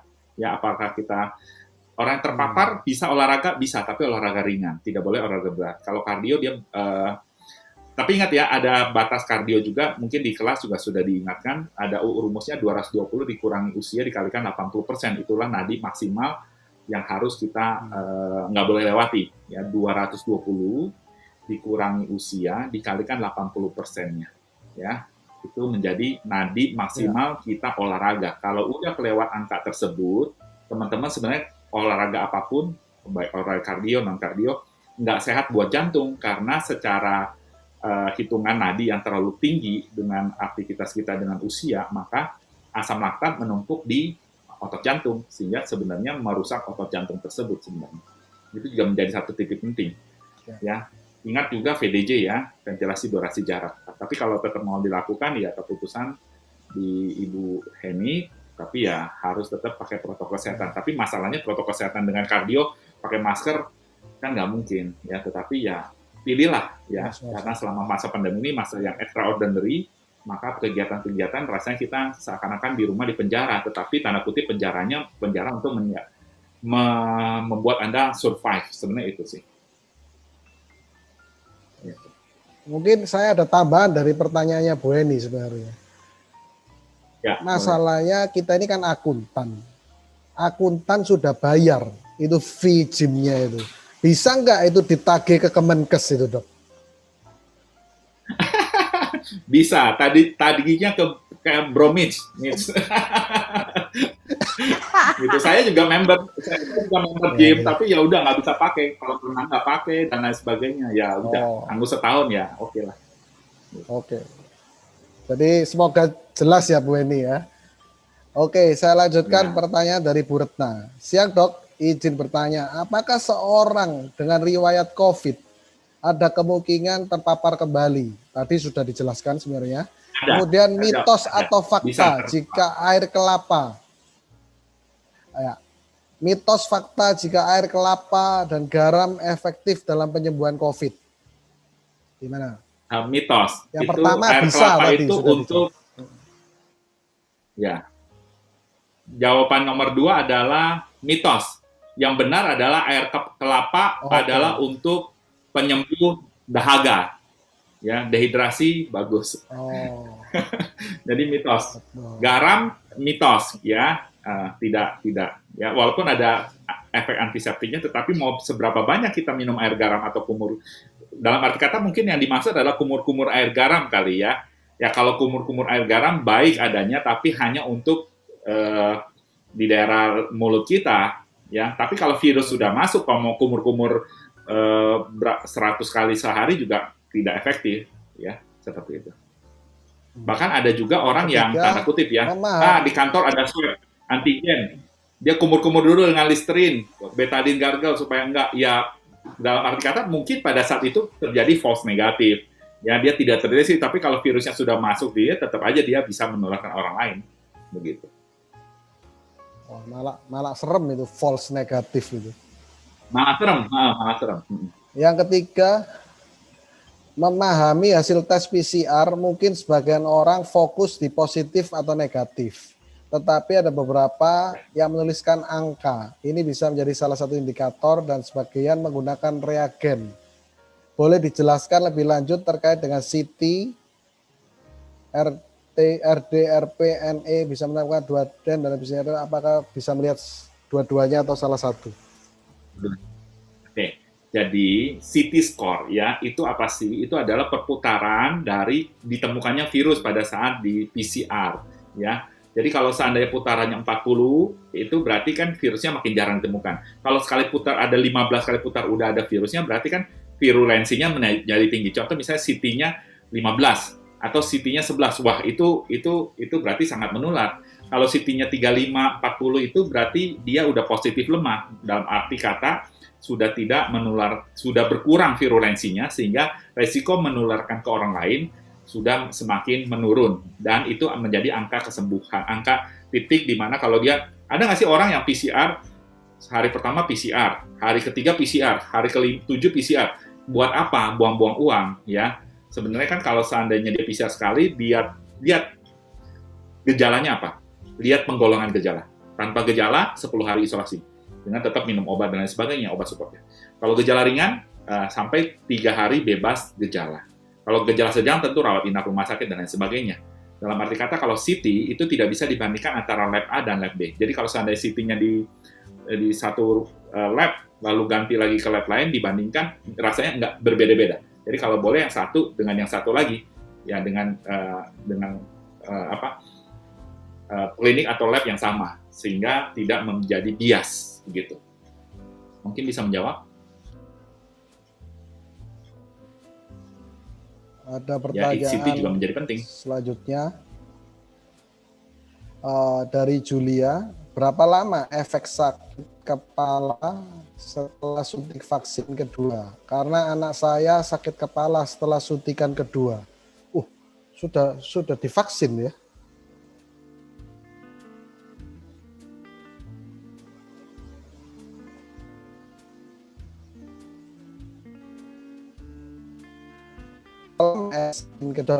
Gejala yang khas, sakit kepala atau badan nyeri-nyeri sendi, ya. Kalau saya rasakan sakit kepala 2 hari pertama, baik itu suntikan pertama maupun suntikan kedua. Tapi kalau seandainya sampai seminggu sakit kepala, itu perlu dicek ada. Oke, Pak Roni. Oke, ini dari Richard ya. Dok mau bertanya apakah anak kecil kena COVID?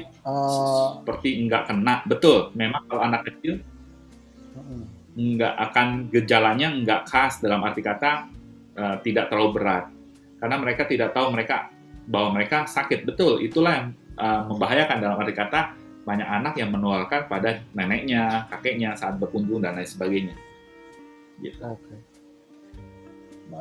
Tersebut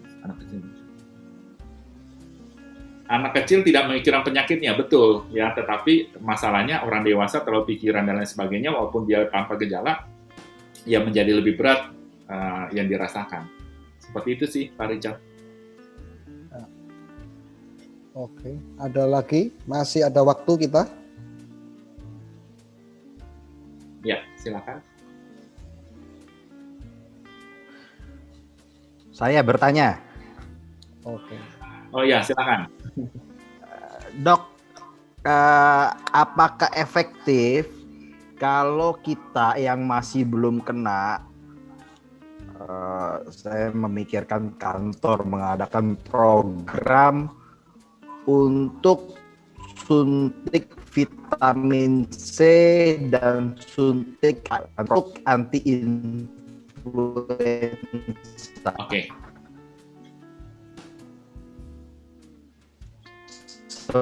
Halo. Ya. Oke, suntik vitamin C atau suntik anti-influenza, gimana?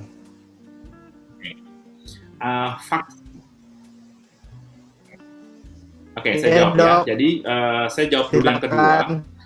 Suntik anti-influenza itu baik adanya. Kenapa? Karena bisa saja COVID-19 itu plus lagi influenza. Jadi memperberat COVID-19-nya nantinya. Jadi tetapi vaksin influenza tidak mencegah COVID ya. Dia hanya mencegah influenza seperti itu. Ya, tetap bisa kena influenza bisa, tetapi gejalanya lebih ringan. Lagi-lagi influenza juga setiap berkala vaksinnya berubah-ubah karena virusnya juga bermutasi. Ya, ada namanya influenza utara atau influenza selatan. Nah, itu di Indonesia di tengah-tengah. Ya, kalau seandainya banyak yang di utara, maka vaksinnya dibuat di tahun itu untuk yang vaksin utara, influenza utara. Tapi kalau di tahun itu banyak yang vaksin yang kena di selatan, gejala virusnya selatan, ya maka dibuatlah tahun itu vaksin yang selatan. Seperti itu. Bagaimana dengan suntik vitamin C? Suntik vitamin C dosis tinggi perlu diperhatikan efek sampingnya. Dalam arti kata batu ginjal. Orang-orang dengan batu ginjal dengan pengobatan COVID-19 ya antara benefit dengan resiko batu ginjalnya lebih baik benefitnya. Karena batu ginjal kan terbentuknya lama dan bisa dicegah dengan banyak minum air putih. Tapi itu kalau seandainya dia sudah kena. Bagaimana dengan orang-orang yang untuk mencegah nih? Lagi-lagi yang tadi saya layerkan ya, Swiss yang tadi ya, itu imunitas menjadi satu layer saja. Vitamin C menjadi salah satu saja vitamin untuk. Tapi kan ada vitamin-vitamin lain. Kalau mau diadakan baik-baik aja, tetapi dengan protokol kesehatan. Seperti itu sih. Tetapi tetap ya dengan suntik vitamin C bukan berarti Anda kebal akan COVID-19 begitu. Betul bahwa daya tahan tubuh akan naik. 1000 mg sekali disuntik, saya juga disuntik, badan langsung enak, segar dan lain sebagainya. Ya, tetapi efeknya kan vitamin C itu larut dalam air. Sehingga kalau kita buang air kecil juga akan larut, sehari juga akan hilang. Sebenarnya seperti itu. That's why kita perlu minta konsumsi rutin. Oke. Menjawab, Bro Mitch? Ada lagi? Kalau nggak ada, ya. Saya kasih sebelum nanti oh ini ada pertanyaan lagi.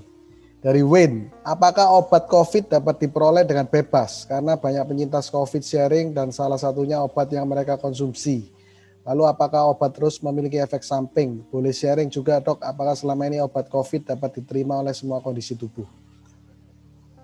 Oke, jadi sekarang dulu ya, virus Wuhan, betul ya, 31 Desember 2019.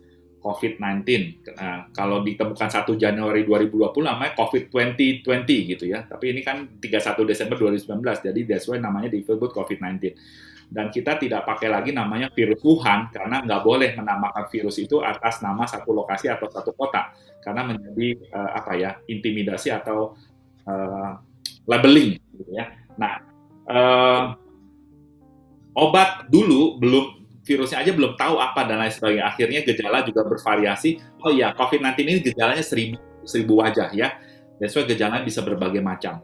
Kena kulit juga, mata merah, diare, dan lain sebagainya. Sakit kepala, ya tiba-tiba juga hipoksia. Happy hipoksia itu juga teman harus perhatikan. That's why kenapa isolasi mandiri atau orang dengan COVID itu perlu dipantau kadar saturasi oksigennya.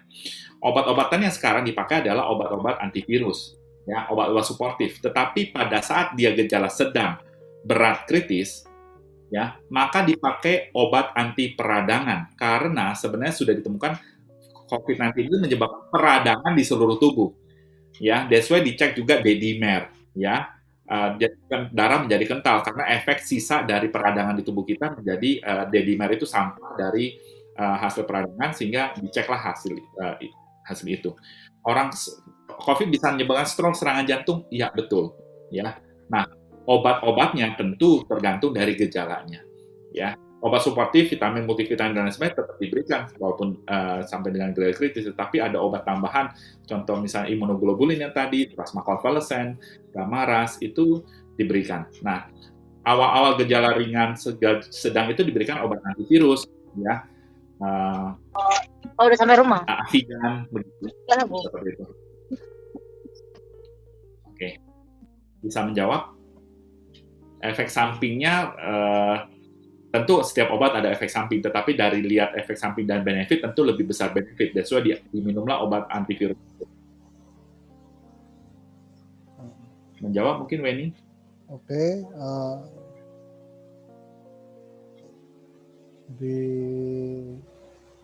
Kalau tidak ada pertanyaan lagi, sebelum saya nanti ditutup oleh Pak Agus dan Pak Michael. Pak Agus mungkin kasih kesimpulan ya. Saya akan kasih lagi istilah ya. Audit lagi ini. Pak Roni. Ini ibaratnya inherent risk dari COVID ini tinggi sekali. Sudah menyebabkan banyak kematian. Para tenaga kerja kesehatan banyak yang meninggal, teman, keluarga, lingkungan sekitar sudah fakta. Makanya inherent risk-nya itu tinggi. Kemudian kita gimana? Kita harus assess sendiri, kontrol risk kita masing-masing ya.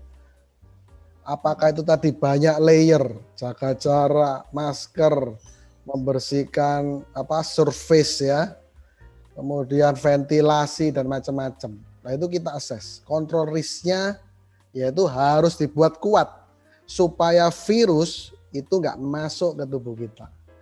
Oke Pak Gus, silakan disimpulkan atau Pak Michael boleh. Berarti limitnya berapa Pak? Pak, sorry Pak, keputus gimana Pak? Bukan, tadi bicara risk responnya apa risk responnya? Nah, risk responnya ya, risk responnya adalah minum vitamin Karena ada virus yang mungkin menyerang kita harus minum vitamin. Kemudian kita, itu tadi dijelaskan sama dokter, saya juga bingung ya, di garis khatulistiwa, tapi vitamin D-nya rendah. Karena kita apa? Mungkin saya tadi tebak ya, kita itu kerjanya di dalam rumah, di dalam kantor, jarang berjemur. Nah, makanya akan baik kita ya itu diluangkan waktu di hari Sabtu dan Minggu di outdoor berjemur. Mungkin ya di dalam lingkungan rumah aja deket-deket. Nah itu adalah responnya Pak Michael.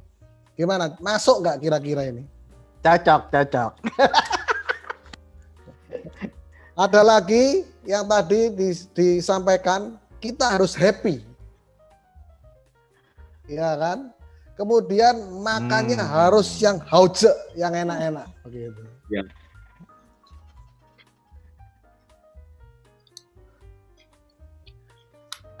Dulu berarti Pak Roni. Oke. Silakan kalau Pak Agustinus atau Pak Michael menutup. Gimana nih ya? Sorry.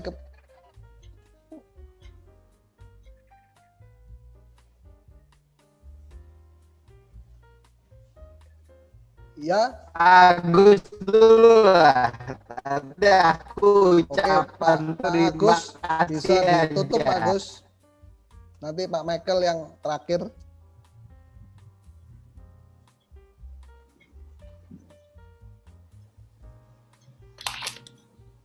Pak Michael saja, saya cuma bilang terima kasih karena Pak Michael kebetulan yang punya pengalaman langsung ya sebagai penyintas. Jadi Pak Michael aku pikir lebih tepat. Saya sih terima kasih aja sama dokter atas waktunya. Sama-sama. Oke. Jadi sebelum benar-benar ditutup dengan foto bersama oleh Pak Roni, pertama-tama terima kasih Bro Dokter bilang masa awal pandemik yang dihajar sama Bro Juan Lee dan kawan-kawan adalah APD untuk nakes. Masa jiwa sosialnya tinggi, aktivisnya masih ada karena beliau satu perjuangan bersama saya tahun 98 di demo-demo mahasiswa. Jadi kan karena ajarannya adalah universal, jadi rohaniawannya tidak perlu disebut. Rohaniawan ini bilang pengalaman sakit membuat kita merasakan kerapuhan kita. Dan pada saat yang sama ada kebutuhan akan orang lain. Kondisi sebagai makhluk ciptaan, sebagai menjadi sungguh terasa, dan kita jelas menyadari ketergantungan kita kepada Tuhan. Itu yang saya rasakan selama sakit, dan saya dapat dari rohaniawan pada hari orang sakit sedunia tahun 2021 ucapannya pas bener. Jadi teman-teman, Bapak Ibu pimpinan di kantor, perlu kita kembangkan kepedulian kita kepada sesama kita yang sakit. Dan tadi Dr. Juan Lee juga bilang ada long COVID, karena peradangan ada gejala-gejala yang masih tinggal. Kita perlu sikapi, bukan dimanfaatkan, tetapi justru kita sikapi dengan bijaksana. Teman-teman kita yang sudah sembuh, namun tadi Welmin bilang masih ada gejala dan sebagainya. Nah, hal-hal ini kita bahu-membahu karena musuh kita, perperangan kita di luar sana. Jadi memang ada kebutuhan kita akan orang lain dan kita semakin berpasrah sampai pada puncak serangan tadi kata Dokter Juanli ya. Itu saya merasakan betul. Ya udah, ketergantungan pada Tuhan, udah serahin diri dah. Ya, walaupun saya bukan bergejala berat, tetapi rasa otot ditarik-tarik malam nggak bisa tidur itu udah membuat saya ya udah Tuhan gimana nih. Ya, jadi kira-kira itu aja. Bro Juanli, terima kasih. Teman-teman, terima kasih sudah mau mendengarkan dan saya harap bisa menjadi duta. Bukannya takut, malah kita fight bareng-bareng. Saya juga kalau bisa mau menjadi pendonor plasma konselen karena saya sudah. Jadi saya setelah negatif 2 kali, saya tes pakai darah, saya keluar 3 garis. Ya, jadi kalau dulu kita 2 garis pada langsung stres gitu ya. Kalau sekarang saya 3 garis dan bahagia gitu ya. Saya tes di medical check up juga anti saya LIGS, IgM keluar semua. Jadi seharusnya saya kalau kondisi lainnya sehat, saya adalah pendonor yang sempurna.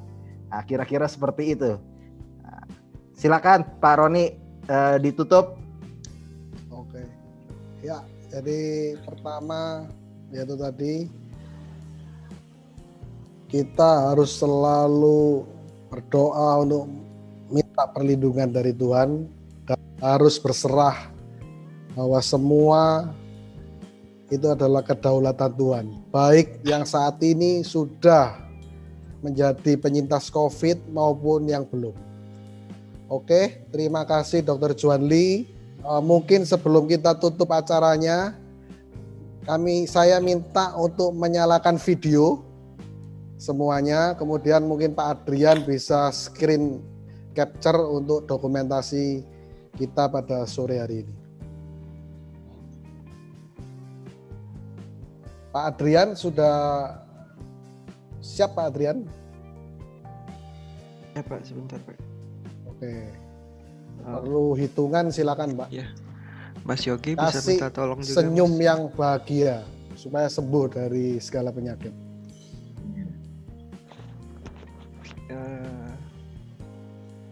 Silakan Bapak-bapak, Ibu-ibu dan rekan-rekan semua untuk menyalakan videonya untuk kita dokumentasikan. Oke, ada 5 slide ya. Jadi untuk slide yang pertama dulu, silakan. 5, 4, 3, 2, 1. Untuk slide yang kedua, bentar ya.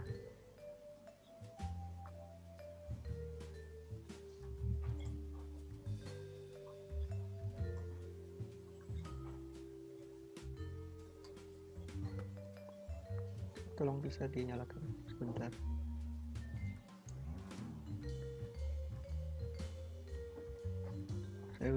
Saya hitung 5, 4, 3, 2, 1.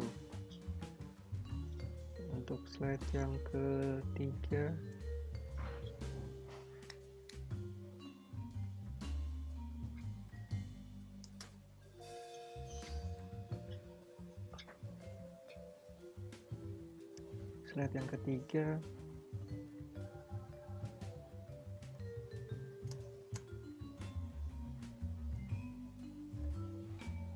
Mas Yogi bisa lihat ke Mas?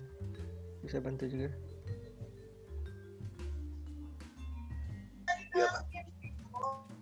Ya, jaringan saya kurang bagus ini.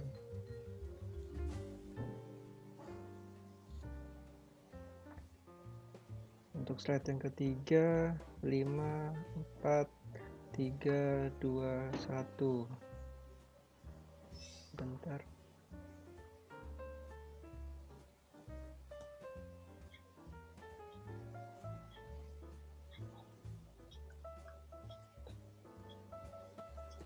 Slide yang keempat, silakan untuk mulai dengan Niar ya, Niar sampai Stella.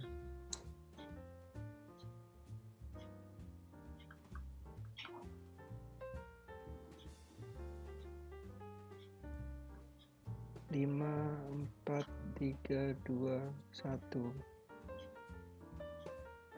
Bentar. Masih ada lagi ya Pak ya? Di saya kok 4 ya? Sudah 4 aja karena yang tadi udah ada yang keluar. Oke.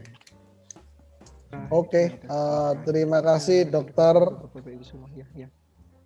Ya, terima kasih Terima teman-teman. kasih Stay safe, semua stay healthy ya. rekan-rekan. Terima kasih. Selamat. Ya, Yuk. thank you dok. Yuk. Thank you ya. Thank you atas sumbangannya ya. Thank you. Ya. Yo, thank you. Mesili namanya semarga sama saya. Thank you, thank you. Thank you ya.